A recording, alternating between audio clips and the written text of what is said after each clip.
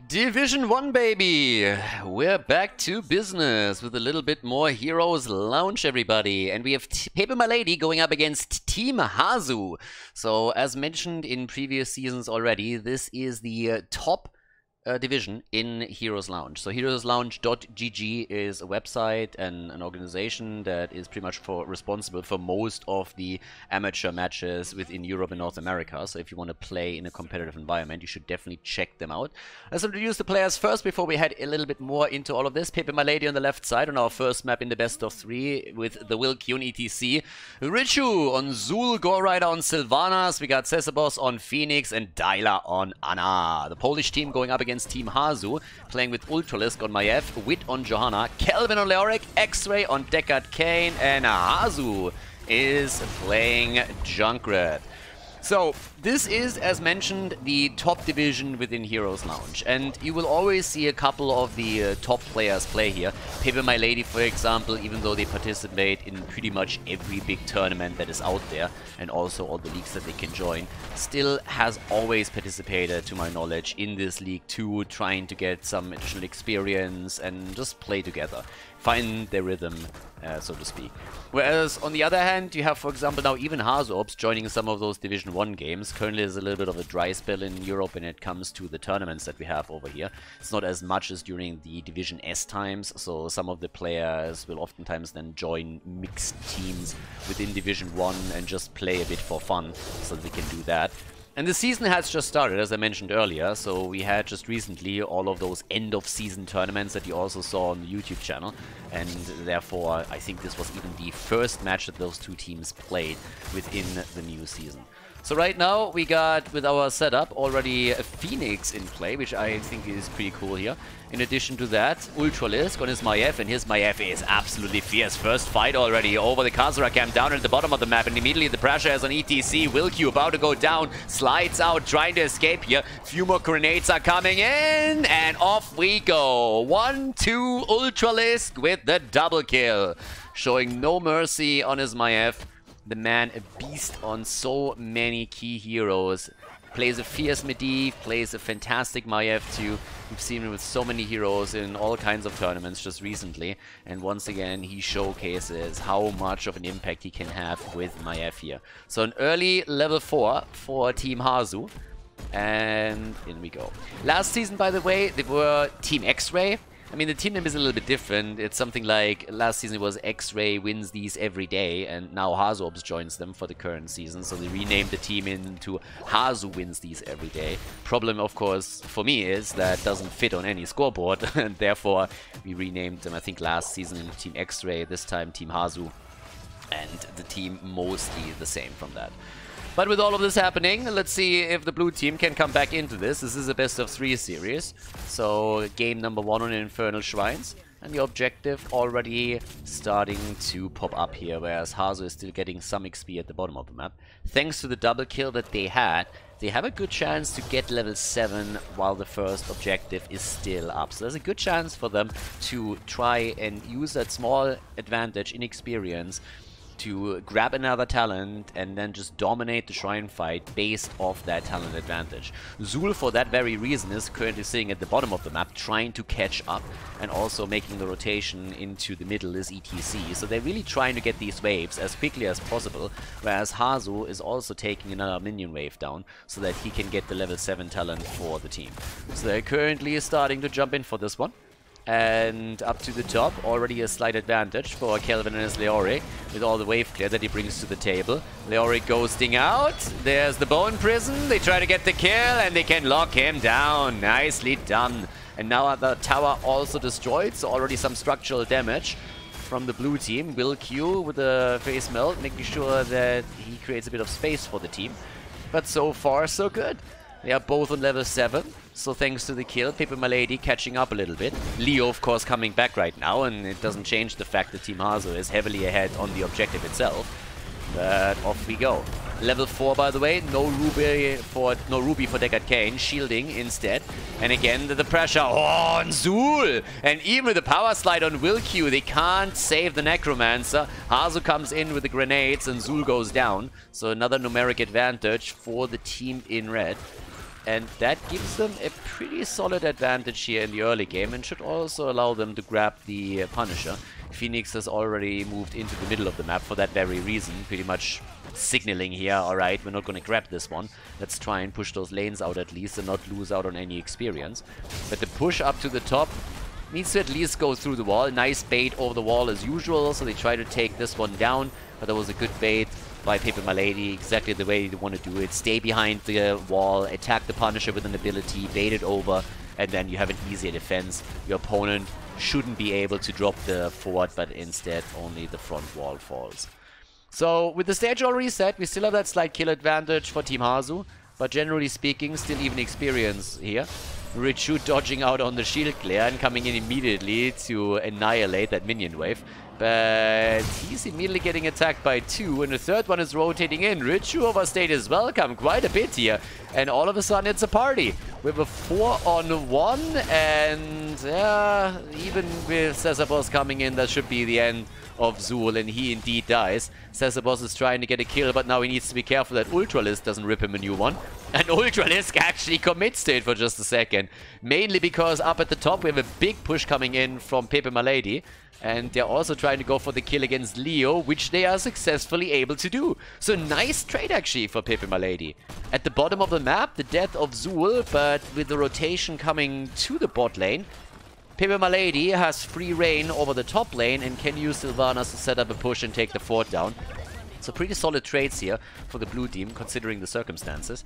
10 versus 10 any second now. And we have, once again, the Falling Sword for Johanna. We've seen that a few times, from Red in particular, when Ana is on the other side. When Ana is played by the opponent's team, it's a great tool jumping into the backline and trying to put pressure onto her.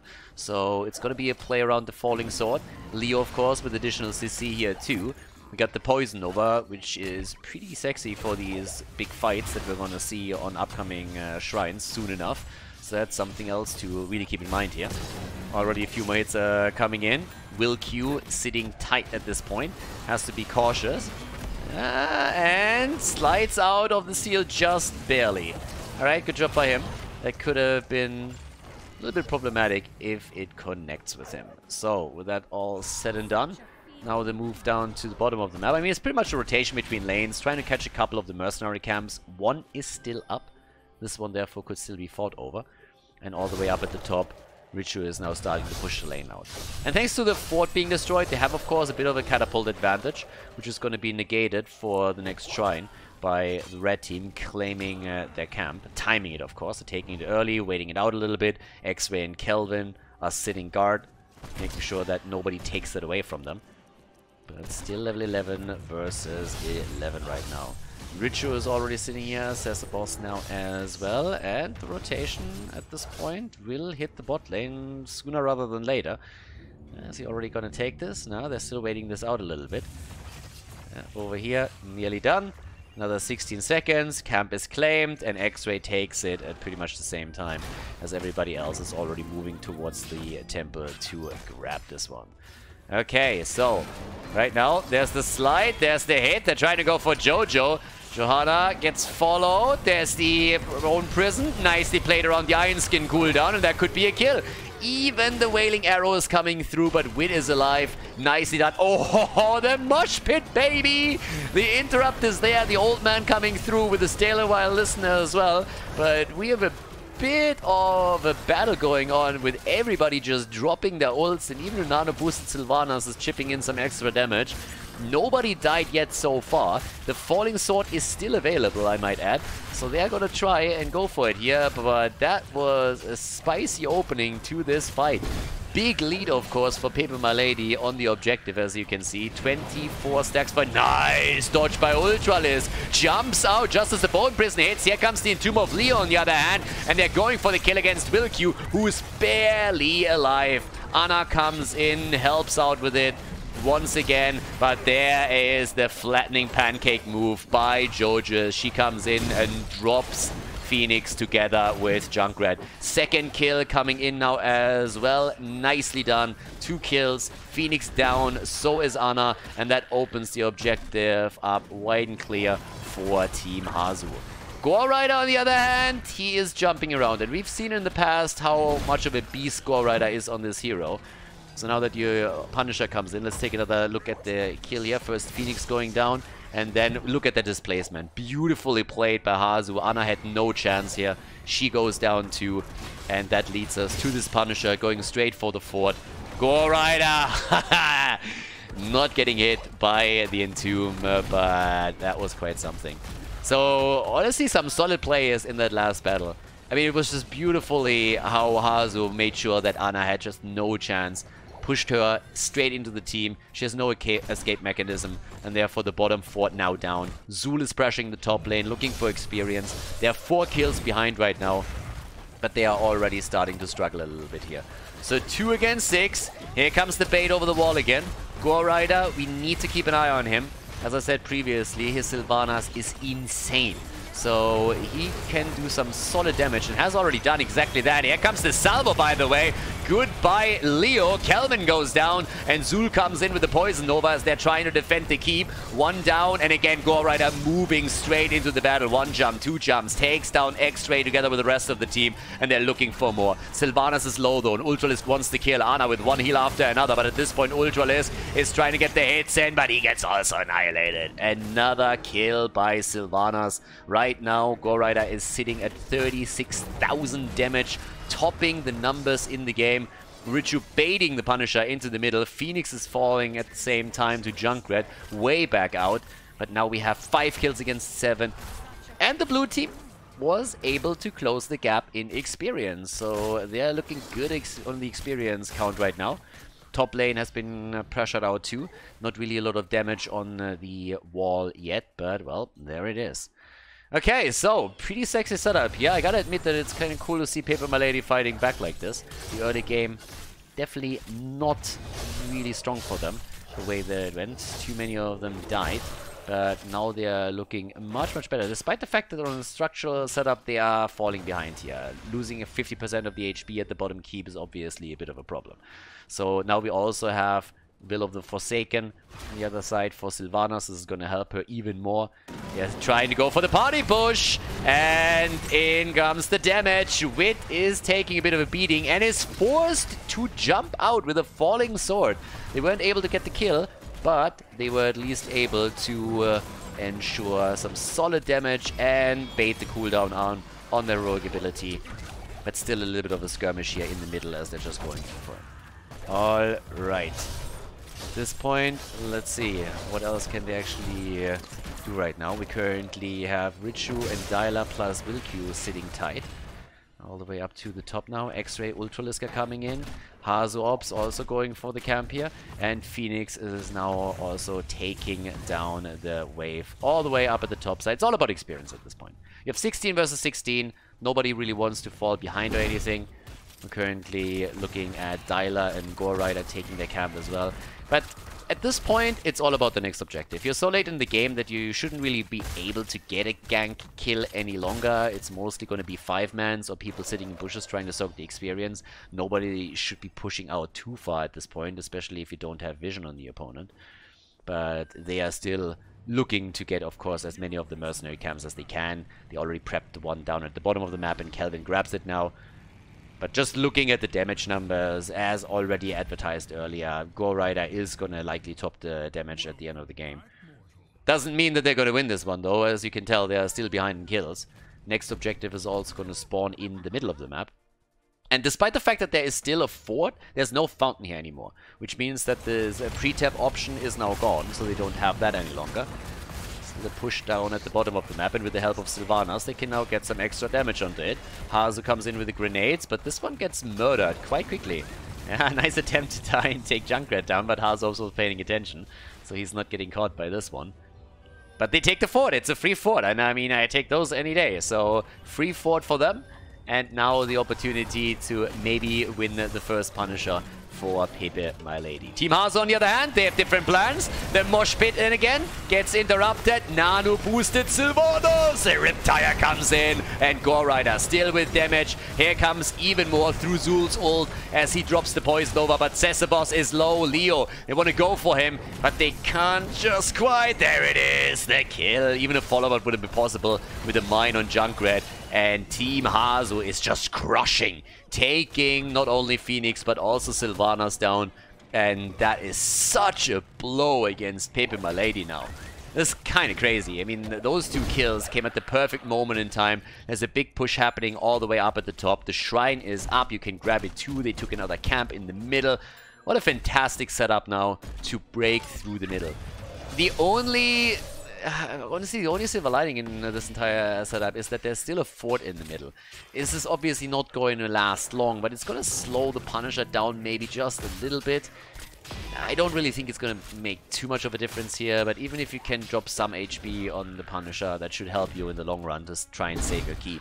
But it's going to be rough. You look at the experience, and that's such a solid lead, and with at the bottom of the map now also grabbing the experience, they should have level 20 by the time that they're pushing this. So this is a bit of a disaster for Pepe My Lady. This is looking very, very tricky. They should lose the keep here, unless Team Hazu blunders a bit and gives them an opportunity to set up a kill, for example. So level 20 is in, as I said. There's the cooldown reduction with the Heaven's Fury, so they can already use that. Fort falls pretty much immediately. Yeah, with the 20 on the other side, you can't set anything up here. Zul is pushing the top out, so Richu is trying to get some experience for the team, but he will have to Hearthstone back in just a second. The bait over the wall, but the small wall has already broken through. Here comes the next jump. Wit is trying to move in once again, and they're trying to go for ETC here. The hits are coming as the healing darts of Dyla are connecting, but the keep is starting to lose hit points. With the level 20, there's also the Buried Alive in play for Leoric. Keep is about to go down, and the only question is, can they get a kill here and maybe go for core directly? But it doesn't look like it. Half a level is missing. They're moving down to the bottom of the map in the hopes to drop the second keep, of course. They already broke through the wall in the earlier push, and now there's only, what is this, 30% HP left on this one. So they are going to try and poke this down. Zul is still in the middle. Zul is the wave clear hero. He's the one trying to get the experience. He's the one trying to get 20 for them.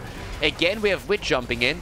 No hits this time. 10 seconds on the cooldown. The Riptire also coming out. They're zoning them out. This is all about zoning. You don't want to do damage with this. It's just about zoning the opponent away from the keep so that you can take it before 20 hits for Pepe My Lady, and they pull it off.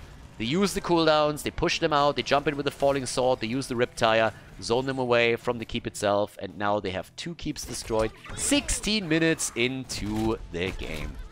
Very, very solid setup for Hazu and his boys in game number 1. Pepe My Lady, they got level 20, so at least they have that. We're currently looking at Andariel's Visage right here. So that's kind of neat for them. We got the Deafening Blast in, the Unconquered Spirit, Nano Infusion. And I think it's time for Gore Rider to pop off if they want to come back into this. Cesabos really setting up some strong damage with his ult.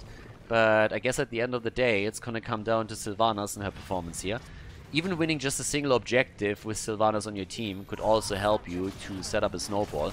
Structure, just disabling all the structures in your pathway and then maybe pressuring through. But with 2 keeps already gone, this is obviously going to be more than just a little bit difficult. There's going to be continuous catapult pressure on all the lanes right now. 2 already sitting in the middle. Now, of course, they have 2 heroes that are fantastic at clearing waves. I mean, Phoenix making a third, but you have Zul and Sylvanas to begin with. So there's a lot they can do with that. Uh-oh! Uh-oh! Will of the Forsaken being used. He was trying to jump on the wave, but mistimed the camp a little bit, so he had to stay on the camp just a tiny bit longer, and by that time the wave was already gone. So Gore Rider commits to the Will of the Forsaken in order to move away from the Johanna jump. This could have been a kill. Yeah, this could have backfired. Wow, that would have been quite the problem. At that moment in time, you're not allowed to lose anything here. So, once again, we have Wit sitting incredibly aggressively in the face of the opponent's team. And I mean, he can. He has the Iron Skin. He has also his jump that he can use to simply get out of harm's way before he gets locked down. But the blue team has to be aggressive. The Polish team knows that. I mean, they're just sitting here. Napierdalaj, baby. Let's go and force the fight. And they got to. They need to go. They need to force the battle. They can't play the long game here. Time is working against them. That bot lane is eventually going to push towards the core. They need to look for an opportunity to set the fight up. If they don't get a good battle and a few kills in, then this is lights out. They're already far behind, and Team Hasu is, of course, looking for the win here. They're already sending Ultralisk up to the top to try and get the first 2 minions. This is as far away from the bot lane as it can possibly be. 2 catapults are already at the bottom wave for the red team, and they have another catapult coming in at the same time. Will-Q is looking for that power slide. That could potentially lead into a mosh pit as well. There's the jump. Once more, the pressure on Ana. They're trying to go for Jojo. There's the slide and the lockdown and the kill. Oh, the bird alive pretty much misses 2, catches ETC a little bit as he bolts in. But this is at least 1 kill. They get a second as Leo dies, and they are looking for more. The cage is down. Up at the front, there's still Phoenix sitting tight. They need to set someone back to deal with those 3 catapults and the 4th one coming in. And already we have Azul Hearthstoning back. But at least for now, Paper is still in play. Hasu and his team starting to pressure the lanes a bit. They need to wait for Jojo and Leo to come back. Before that, they won't be able to do a whole lot. Maybe they can set a gank up against Zul, but that's about the extent of it. And Zul needs to be careful. And here comes that gank, as expected. Richu is already starting to be on the move back and is able to escape. Uh-oh, team. Yeah, nice attempt by Hasu. Didn't work out this time, but we still have Ultralisk on the chase. But he has to move away too. There's a mosh pit. 1-man mosh and nobody gives a fuck. Nobody there. Will-Q a bit trigger happy. He says like, I would just want to mosh someone. But there's no damage in the area that can really help out with this. Uses the cooldown. Cesabos is still sitting up at the top. They get the Punisher over here, and he has the Hearthstone back now as well. So right now, at the bottom of the map, Richu is cleaning the waves. He needs to push this back, and that will allow them to move topside. I mean, they need counter pressure done, right? So Paper needs to open this map up even more. They need some structural damage. They need to create some points on the map that become a problem for Hasu and his boys during these fights. And if they can take the top keep, that would be exactly that situation. I don't think they can push it farther than that, but the keep has to fall here. They need some structural damage, or this game is, in the long run, going to end in favor of Team Hasu. The red team is still fine here, and they're defending right now. They're coming in. Oh, what a setup! What a beautiful combo! And they got the kill easy peasy against Jojo. They got everything in that situation. The Entomb comes down, Jojo jumps in, the Riptire comes in too. Leo is dead though, and Deckard Cain dies as well. The counter kill against Phoenix doesn't work out, but look at the keep. It's still there. Unfucking-believable. They haven't even killed the keep. There comes the next jump. Will-Q in trouble. And the Riptire is coming out too. This might just be the end of ETC, but with Ana just healing, it's not gonna happen. Yeah, they're trying to get the damage in. Phoenix is in the meantime sitting down at the bottom of the map and helping here. But let's take another quick look at that kill. Look at this setup. Look at that Entomb and the follow-up that we get in just a second here. Yeah, there comes the Entomb, and then everybody just flattening them. Insta-kill. Really well played here. So they play around Vision a bit at first through the gate, then they see an opportunity, coming with the Entomb, coming with Jojo's ult, and of course dropping the Riptire on top of it too. Incredibly well played here by Team Hasu, and that saved their keep. That move saved the keep at the top, so this is exactly what they needed to do here. They're still so far ahead. We are 22.5 minutes in, and you know that catapults are starting to hurt now. So with the bot lane pushing, the mid lane pushing, this is a really annoying situation for Pepe Malady. As I said before, they got good wave clear, so that's helping them a little bit. Hasu, by the way, has now also taken the top damage numbers. Sylvanas is trailing behind. Phoenix, by the way, never all that far away either. He's always sitting just behind Sylvanas when it comes to damage. And as we are late in the game, we're going to wait for the next objective here.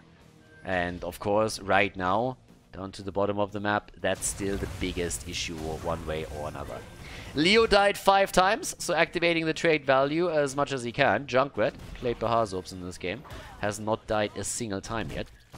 And again, the move towards the top. Don't fall for the party bush, baby. With Leo being around and having the buried alive, you want to be a bit careful here. So they seem to aim for that top camp, but I don't think they're going to move into it without Phoenix present. And Phoenix is still at the bottom of the map. Can't go for that right now. Yeah, there's another jump out. Gorrider's not risking anything. That's a good thing for Gorrider, that there's no blessed shield.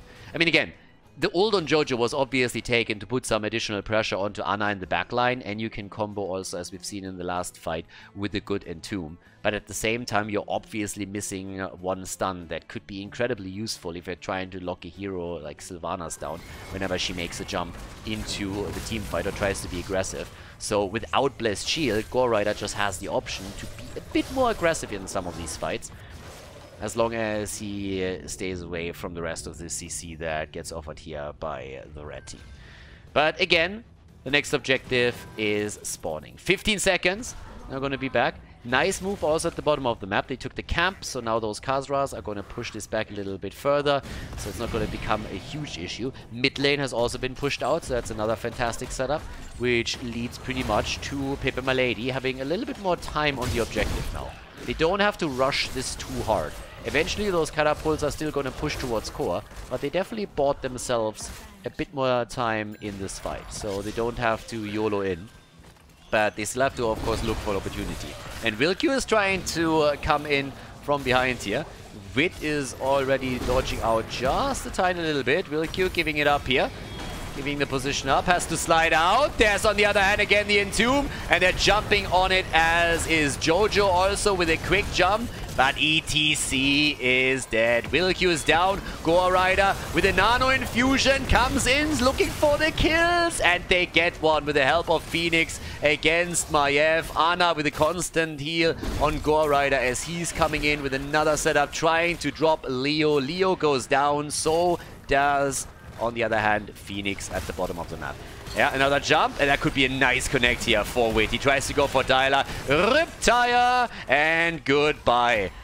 Pepe Malady turns into goodbye lady at this point. 2 against 3 setup, and this Punisher would definitely end the game. Another jump. Gorrider jumps out once, trying to keep himself alive. Jumps out another time, but the Punisher gets taken by the red team, and this has to be game here. At this point, I mean, can they really come back into this? I highly doubt it. We currently got a little bit of a pressure down here.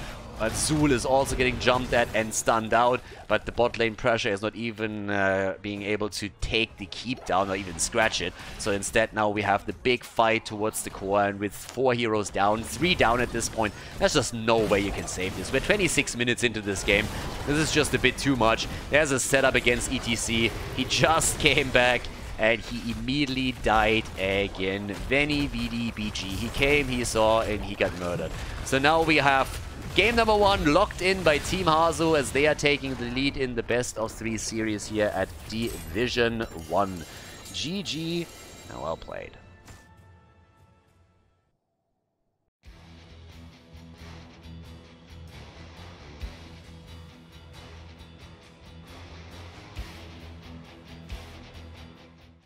Game number 2, Sky Temple is the map, and Team Hazu is ahead. Pepe Malady, they got murdered there. They were pretty resilient on the first map, I gotta say. They lost those 2 keeps super early, but then they were still like staying strong and really keeping in the game for as long as possible. That last shrine could have maybe turned things in their favor. If they get the Punisher and they can push with Sylvanas, there's a solid chance that they finally take a keep down. But it turned out not to be the case. So we have, in game number 2, Pepe Malady with Dyla on Lucio, the Wilq on Johanna. Cesabos is playing Chromie. Gorrider on Cassia, Richu on the Haka, and over to the right side of the map, Ultralisk on Karrigan, Widowed and Ubera, Kelvin on Blaze, X-Ray on Karazim, and Hazu Ops on Falstad. So, a bit more of an aggressive setup this time from Hazu's team. Going into that Beetle setup early on for Nubarak. We've seen a few variations, also on Volskaya Foundry, for example, to beetle it up a little bit on level 1 and level 7. Not so much on level 16. We had, I think, one game where Beetles were picked on 16 and not Epicenter. And I was making fun of that pick a little bit and chalked it up to a mispick, and was quickly confirmed that that exactly was the case after the game was over, and the team assured me that they that they ping spammed him a little bit and definitely gave him shit for picking a Beetle talent on 16 instead of Epicenter. Either way, these days you occasionally see the 1 and 7 pushed in by Nubarak, depending on the lineup that they're going for. And this is obviously a very dive-heavy composition. I mean, you have Nubarak diving in, Karrigan is jumping in after it, X-Ray on Karazim. So there are plenty of heroes that are trying to get the jump on the opponent, quite literally. And with that much CC being around there too, you have a follow-up through a jet propulsion from Blaze that adds to it as well. So Chromie going straight into the deep breathing. We've also seen this a bit more often. If you, for example, watched the matches of the Taiwanese tournament just recently, you've probably seen that on the meta side, deep breathing was played on Chromie there nearly exclusively. So all the way up to the top, we got Richo with his global and Kelvin still sitting tight.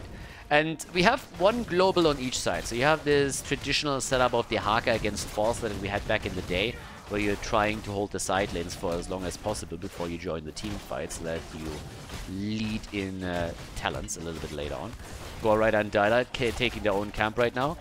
Sky Temple heavily hinging on objective control. And on the question of how much damage can you do with your heroes alone without using the objective. It's all about the structural damage here. As the objective attacks structures directly, it's incredibly crucial that you take a few of those out whenever you can. Just jumping in, get some extra damage in, might help you to seal the fate of a fort or keep with those last remaining shots on the temple. But before we're even heading into temples, first of all, we have a bit of a camp clash up at the top. Chromie by now also coming to the level 7 here with the Möbius loop. Yeah, and still speeding around top side. This time also no stacks on Gorrider. Gorrider went into the charge strikes here as his level 1 talent. So there's that. And in the meantime, Chromie is already laying siege down to the bottom of the map here. But, well, as the temples are about to spawn in just a second, once again also, info guys, if you want to support the channel and the esports coverage, not only on Twitch but also YouTube, you can of course always do that on patreon.com/Kaldor. Big shout out at this point also to all of the people that are already supporting this and helping to carry the Heroes coverage and other games here live, especially since HGC went down. So big thank you to all of them, and again, if you want to check it out and support the stream, you can do it right over there. And talking about supporting people, seems like Lucio is supporting the team with some additional damage now, coming in and hitting the final few shots on Blaze to secure the first blood in this game. Nicely done by him. That also grants them an early level 7, and they might just be able to take a slight lead here. With that kill, there is a chance that they're gonna steal some shots away in the middle of the map too, as the Haka has now taken full control over the top temple. Right now on level 7, continuous plating already acclaimed. We got the Boomerang for Falstad, and they are pretty much taking control of this. A lot of shots are already being fired here. That's good structural damage from Paper Malady. Richo at the top then again needs to be a bit careful, but Dyla is there too, trying to help out immediately. Kelvin is also assisting though, so Falstad and his boys can still do a bit. Richo with a tongue, hoping for someone to move in. And Hazu gets wrecked by Lucio! Hashtag worth it! X-Ray comes in and tries to make it a 2-for-1 trade, and I think he's going to be successful with that. But still, Lucio with 2 kills now. 2 kills from Lucio himself. And in the middle of the map, a bit more damage. They're trying to go maybe even for Ultralisk. Yeah, here comes the Temporal Loop. Wait! No damage on him, but Cassia has now taken the top lane and destroyed Karazim. And Kelvin nearly killing Gorrider, but not able to get the damage in. And Gorrider with another dodge as the fight in the middle continues once more. Chromie down! Yeah, the sandwich is eliminated. What a fight. I mean, they're brawling everywhere now. As the dust settles, though, We have 3 kills on each side, at least for now. I don't think that's going to hold long, though. They're trying to steal the final few shots away here. But it's not really happening, and Wit is going to get murdered unless he has the Burrow Charge available. Playing for the cooldown, but it's not quite working out. So he's still in a situation where he was hoping to get the cooldown back, but yeah, not really working. So as it stands, 4 kills against 3. We have bot side, the boss of course now up since the 5-minute mark has passed 30 seconds ago. So theoretically you could try and make a play for that too. Talking about making plays for camps, they are stealing the camp of the opponent away successfully. So that's already some damage on the fort itself, and someone has to deal with that. And at the same time, Richu is still sitting all the way up at the top. Level 10 abilities are now in. And there's a bit of a push at the bottom of the map. And as I said previously, you need to try and take as much damage or as many hit points away from those structures as you possibly can. So this is exactly what we're currently seeing here. All of a sudden, there comes the jump. They're trying to make the play. This thing is already on half HP. Top side, the Haka is still alive. The gank didn't really do anything here. And there's at least Hazu stealing the Siege Giants with his level 1. Putting the wingman to some action. Wit at the bottom of the map now, with also level 10 ready for those guys. They have an isolation play at hand too, so they can cocoon into Gust, for example, if they see an opportunity to get a kill here at some point. Cocoon into Gust into 7-sided is an option for them here. Could see that come through, but well, next objective is obviously going to spawn bot side, and with the fountain already lost on the side of Team Hazu, it's a bit of an advantage for Pepe Milady. They are hoping to force game 3, right? First game didn't really go their way. They had a bit of a good part in the middle of the game where they were starting to come back, but right now they're still 1 map behind. Yeah, they're trying to make the play for Ultralisk on the other hand. Ultralisk has no 13 yet, so can't use the Chrysalis to get away here, but is able to dodge out on the main damage anyways. The Blessed Shield, on the other hand, might be the one thing that changes things, and Karrigan indeed goes down. She's eliminated. They're trying to go for Dialer, but he drops the sound barrier. So pretty cool setup for Karrigan. The initial grab didn't work out for them, but in the second approach they were able to make the play. X-Ray! No! Oh, yeah, that bunker did not work out the way that he intended. So that was a little bit of a problem for them. Yeah, now they are going for the fort here as well. Topside is getting pushed, but the fort is about to go down. 6 kills against 3. And let's take another quick look at that Karrigan kill, because that was actually a pretty solid setup that they had. Blessed Shield comes in, and then they come through with all the damage. Drop her quickly, 7-sided, didn't do enough. And it nearly then, with the sound barrier also, led to a kill on, for Team Hazu, but the sound barrier was able to prevent that from happening. And then, of course, shortly after, Karazim died too.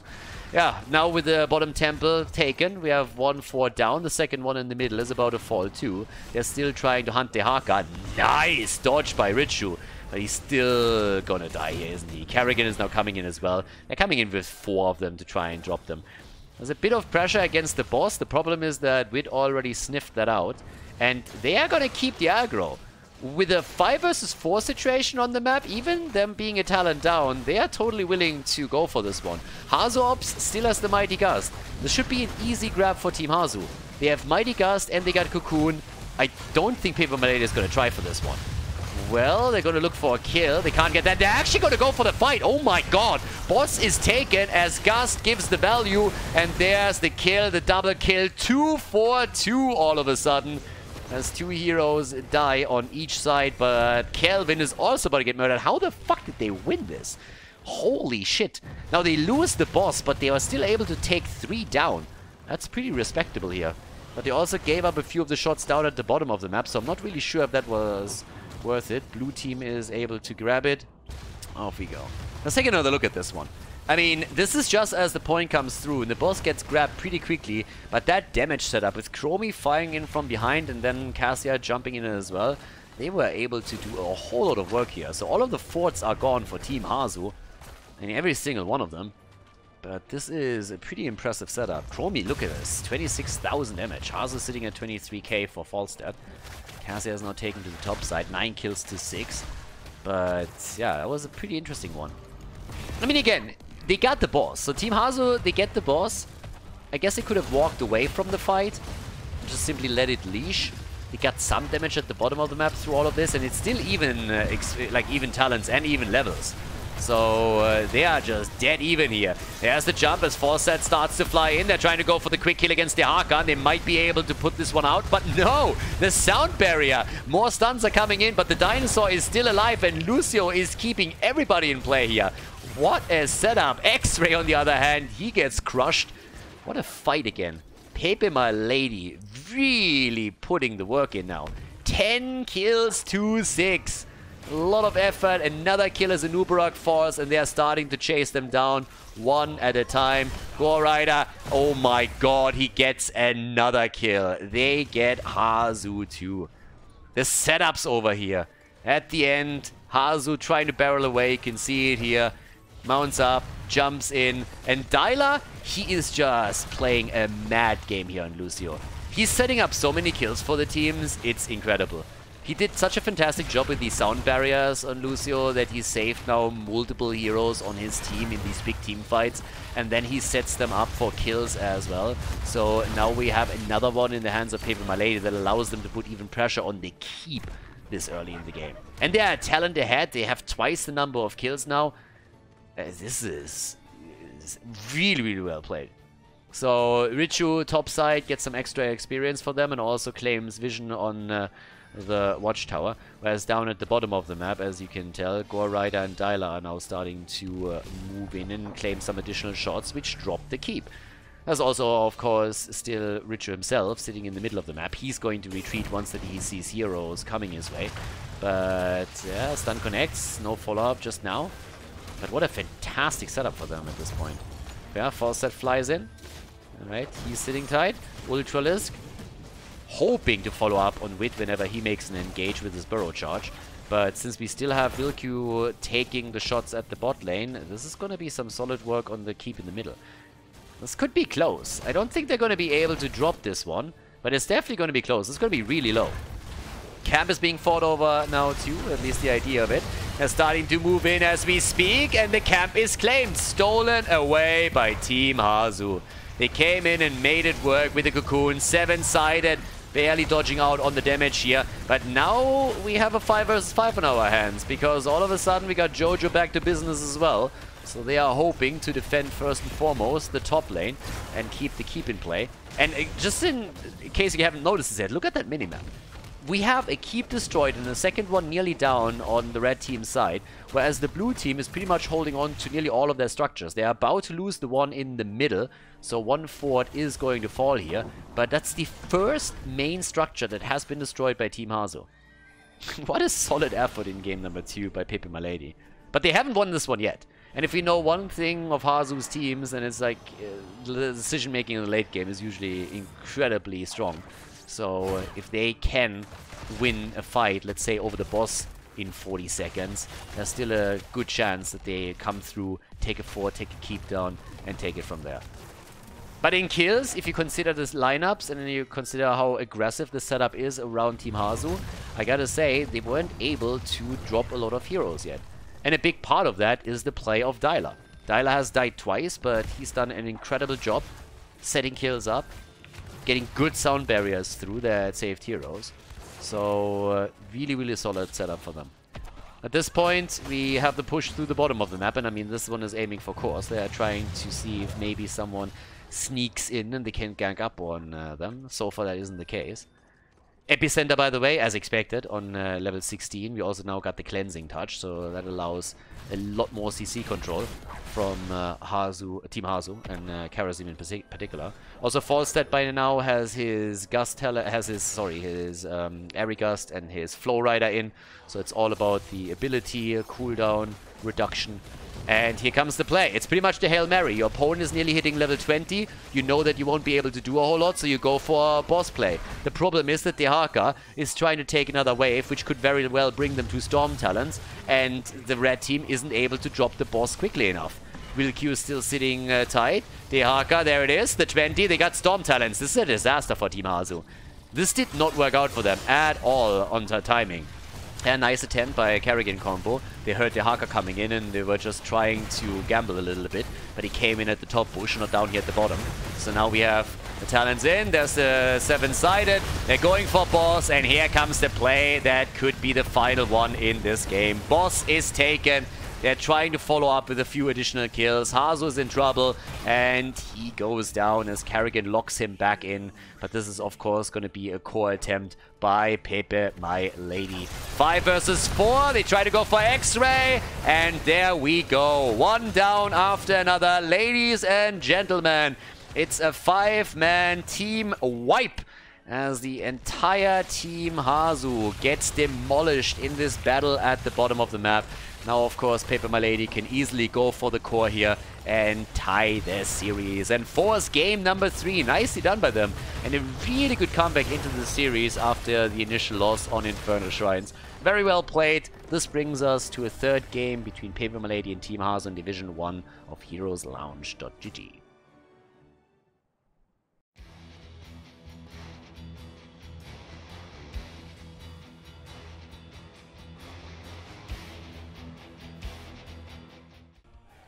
Game number 3. We are headed into the final map of the series, and it is a Brexit Holdout.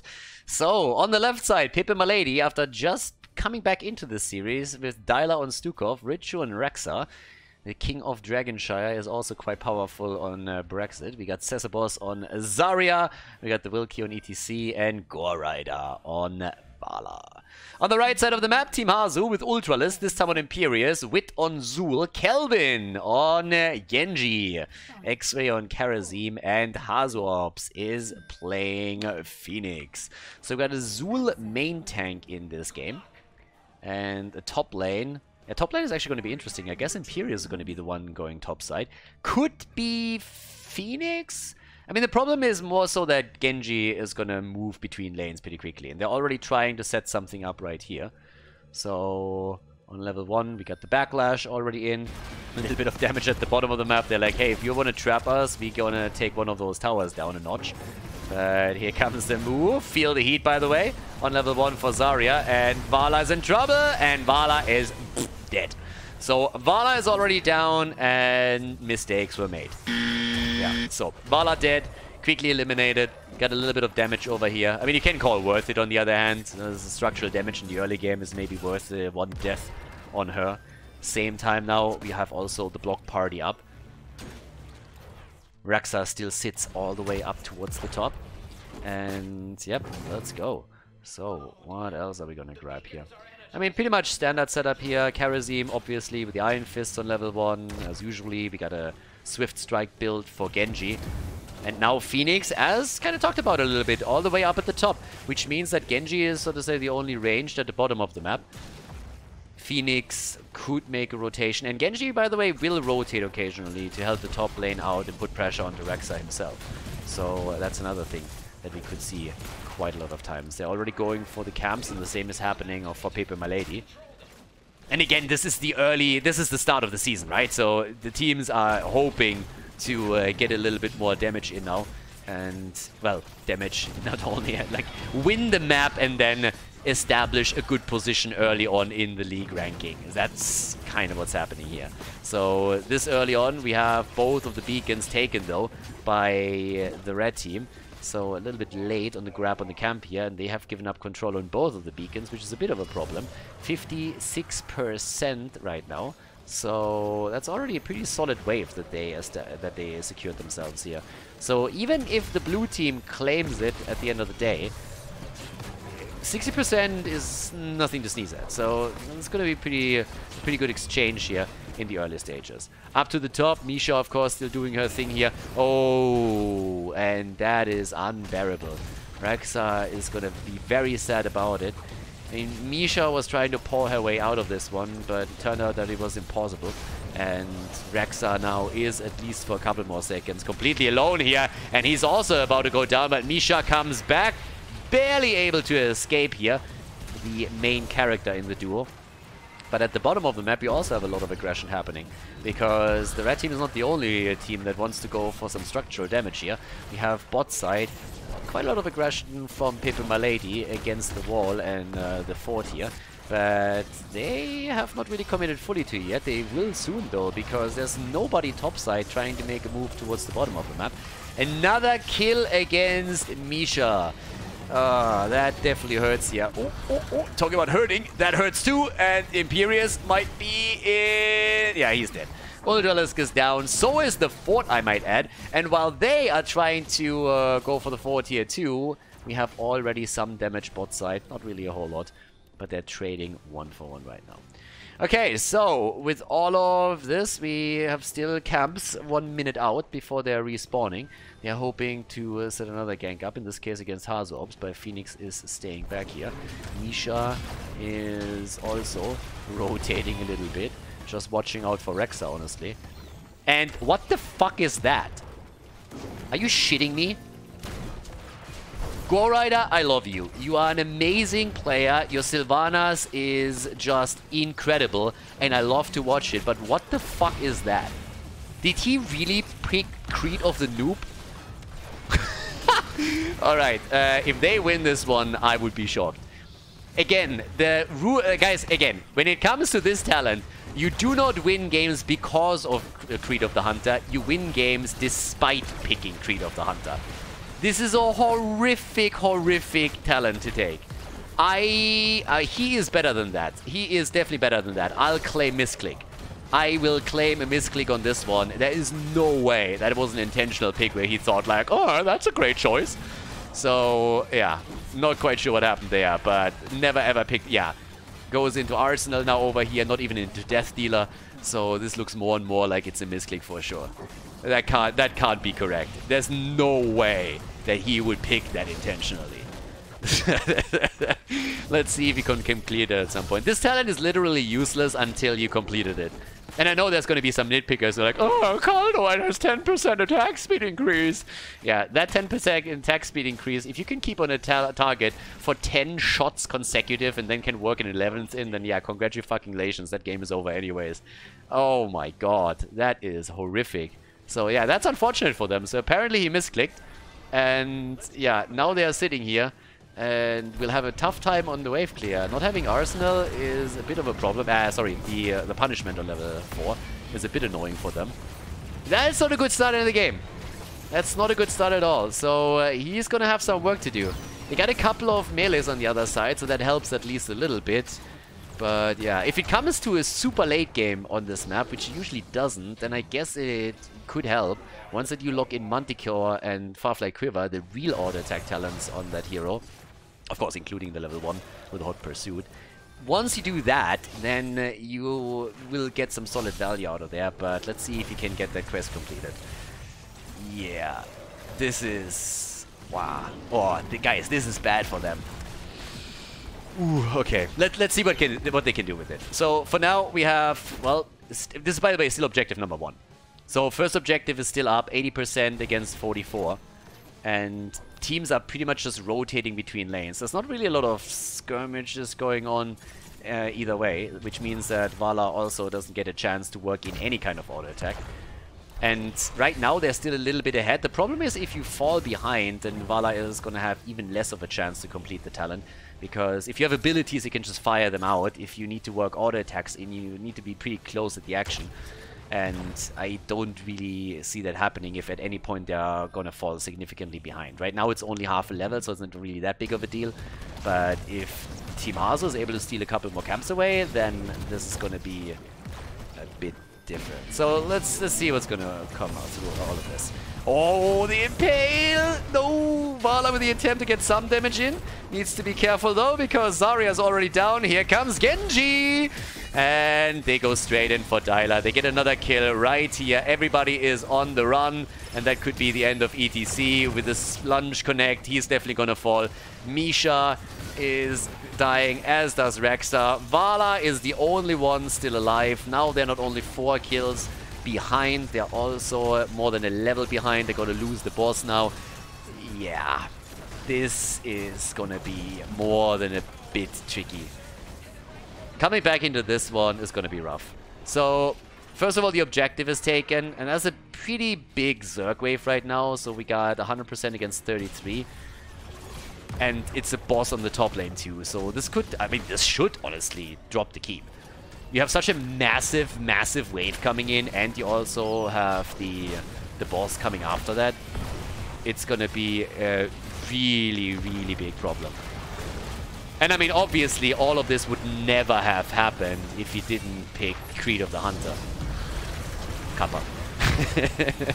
Mosh pit! And, well, there it is. The counter kill. One is in. Okay, so they got the kill against Imperius at least, but I still don't think that this keep is gonna make it. Then again, it's so early in the game. Kind of forgot for a second that we're not even at the 10-minute mark, so they're gonna save this one. Yeah, that boss just didn't scale enough yet. So that boss doesn't do enough damage yet, so they're saving it for now. I don't know, for some reason I really thought we were a little bit deeper in the game. But they're still setting up to steal another siege camp away. And just looking at the damage output here, Valla rocking a proud 9,000 here. Whereas we have 19k for Phoenix, 13,000, 15,000. Imperius is doing a lot of work here too. Yeah, and Phoenix Hazo is getting some solid numbers in. Uh-oh! Oh, Gore Rider! He face-checked hard. Thankfully the opponent didn't have a lot of vision either. That could have been an insta-kill on Valla. As it stands though, both teams are a little bit surprised by that. Drop a few ults and then move out there.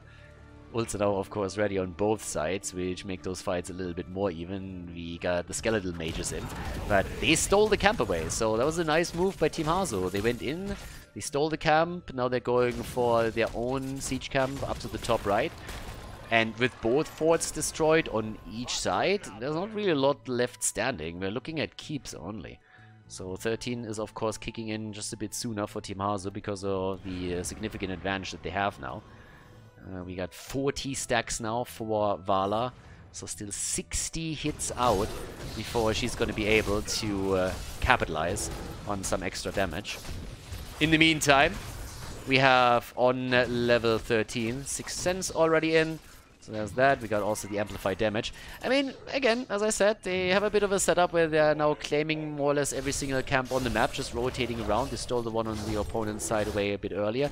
Now we have this one on still a pretty big cooldown, so that's not going to be contested anytime soon. But they're already setting up here. They're waiting for the rotation. They're really trying to force that fight while they still have the level 13 advantage. And I love how these guys are playing it super safe. I mean, they know that there's a good chance that some kind of trap is set up against them. So instead of just moving straight down to the bottom of the map, they go through their base. And this is like the safest play that they could possibly make here. And I really, really like that they're committing to that. So in the meantime, Ultralisk and Kelvin are again trying to just set this up at the side. Pretty much hoping to see if anybody is moving in, anchoring the play of Kelvin as he's trying to activate the beacon. It's a 5-man rotation that we have for Paper Milady. Strength in numbers is pretty much what they're playing for right now. And at the bottom of the map, Valla with the bit of a wave clear that she has right now. I mean, she still has Arsenal. You get the punishment, but has Arsenal in there. So now with level 13 just around the corner for Paper Milady, that's a fight that they're definitely going to be willing to take once they have the talent. And, well, let's go. Here we have it, Valla with this setup, going into the Tempered by Discipline. Byron reaction. Good setup, of course. After an ETC power slide, you follow up with the lurking arm, and you can make sure that you also lock the target down a little bit more, which would allow Valla to connect with her own stun through the level 10. There's definitely a couple of tools available to them now, but there are always setups where the opponent's team is hoping for someone to overextend just a tiny little bit so that they can move in and take them down. Misha is already patrolling up at the front, trying to look for a chance for a lockdown. Alright, there's the mosh pit. They're trying to get the first kill. Nicely done here with Vala's follow-up, but can they get the damage? That's the question. Wit is low. Here comes the ult, and the double kill, the triple kill, the quad kill, and it's a T-wipe, ladies and gentlemen. Full 5-man wipe as the blue team gets crushed in this battle. I'm gonna take another look at it as the boss is taken by Team Hazo, but absolute slaughter here in this last fight. And now, of course, full-on beacon control. We got the boss taken, and they're also stealing the camps away again. Fantastic setup for them right now. They have full control. They have a 3-level lead. They have a talent advantage. I mean, you can't really be much more ahead than they are right now. It's going to be 100% Zerg wave against 0, so this is a real deal here. Boss is already pushing through the bottom. This is, by the way, the same lane that the Zerg wave will travel through too. and the only chance that Paper Milady has is to go for another YOLO attack, and they are actually killing Imperius. Ultralisk dies again, as he did in the last fight at the top when the boss was claimed by them. So maybe a chance now. Vala, 30 minutes into the game, is now sitting at 60 stacks. Got a few more through the last battle and this one. But here comes the Zerg wave, and it's gonna hurt. Pain Train is coming, but thankfully it's a 5 versus 4, so Paper Milady has again a chance to save the keep. It's actually insane if you think about it.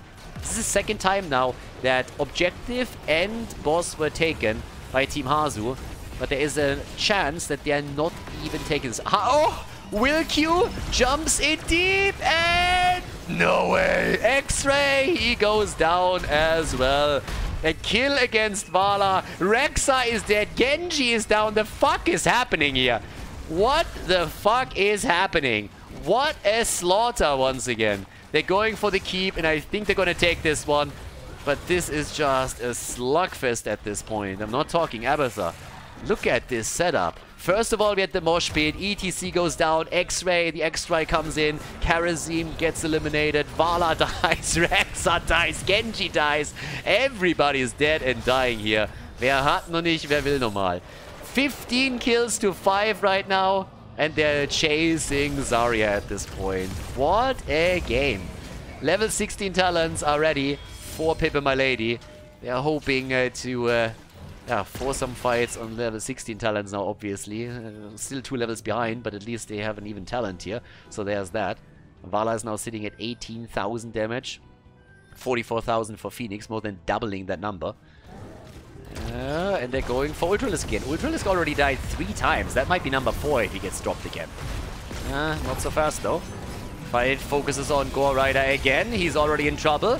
Here comes the mosh pit, saving a little bit more space for him. Hazop's moving out, 7-sided, Genji down, but everybody on the blue team is super low. Rexa is feigning his death. The worst actor in the universe is once again trying to fool people. Obviously it doesn't work out, so he gets killed too. 16 to 6. The salvo, but they can actually dodge out on it. What a play. 83 stacks by now for Vala. And we have finally Manticore. The real auto attack damage talent is finally in play. Yeah, I mean, again, they're getting their ass kicked, but they have still 1 keep, so 1 keep is still there. I honestly think that the problem, what it's got to come down to, by the time that Vala completes her quest, if she does, we will have level 20 talents on the side of Team Hazu, and that's the problem. The problem is just you're falling too far behind. The talent doesn't give you any value until it's completed, and by the time that it's completed, you're either even with your opponent, which means another talent would have probably pushed you ahead, or you're behind, which makes it, even with the talent completion, nearly impossible to catch up if your opponent plays their cards right.